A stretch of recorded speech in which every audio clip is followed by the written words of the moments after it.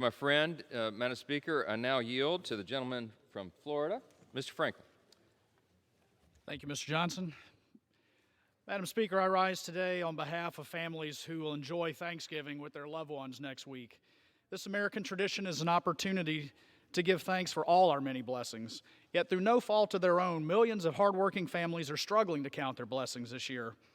Thanks to liberal policies enacted by the Biden administration and congressional Democrats, inflation is soaring. Gas prices have spiked more than 50%, and supply chain disruptions are leaving store shelves empty. The cost of Thanksgiving dinner this year will be the highest in history, and it will cost more for folks to drive or fly to spend their holidays with loved ones. American families are hurting.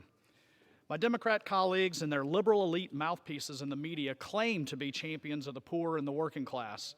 Yet an NBC correspondent claims it's a dirty little secret that Americans can afford to pay more for their groceries because they saved money when they were trapped in their homes during the COVID pandemic.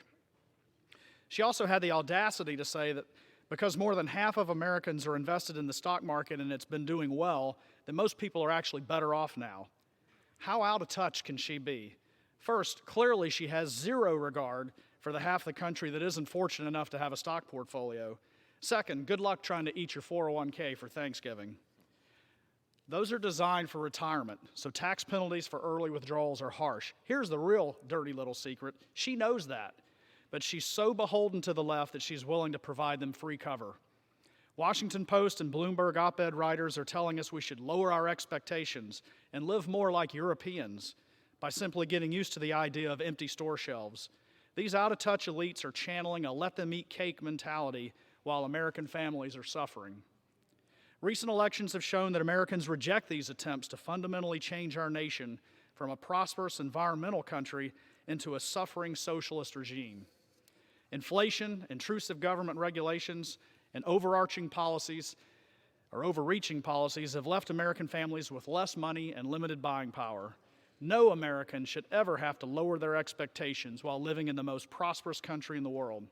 As Americans, we're blessed to live in a country where we're free to pursue economic prosperity, even during difficult times. Many of the economic challenges faced by American families today were created by the policies of an out-of-touch, liberal ruling class. Yet we stand on the brink of ramming through the largest and most expensive tax and spend initiative in history. It reminds me of the final scene in the movie Thelma and Louise, when the lead characters drive their car off a cliff rather than face the consequences of their actions. Democrat Party leaders are willing to figuratively drive our country off the cliff if that's what it takes to pass the Build Back Broke program in an electric car, I'm sure. As we prepare to celebrate Thanksgiving, I ask my Democrat colleagues and media elites to take a long, hard look at what their policies are doing to working class Americans. Just say no. Thank you, Mr. Johnson. I yield back.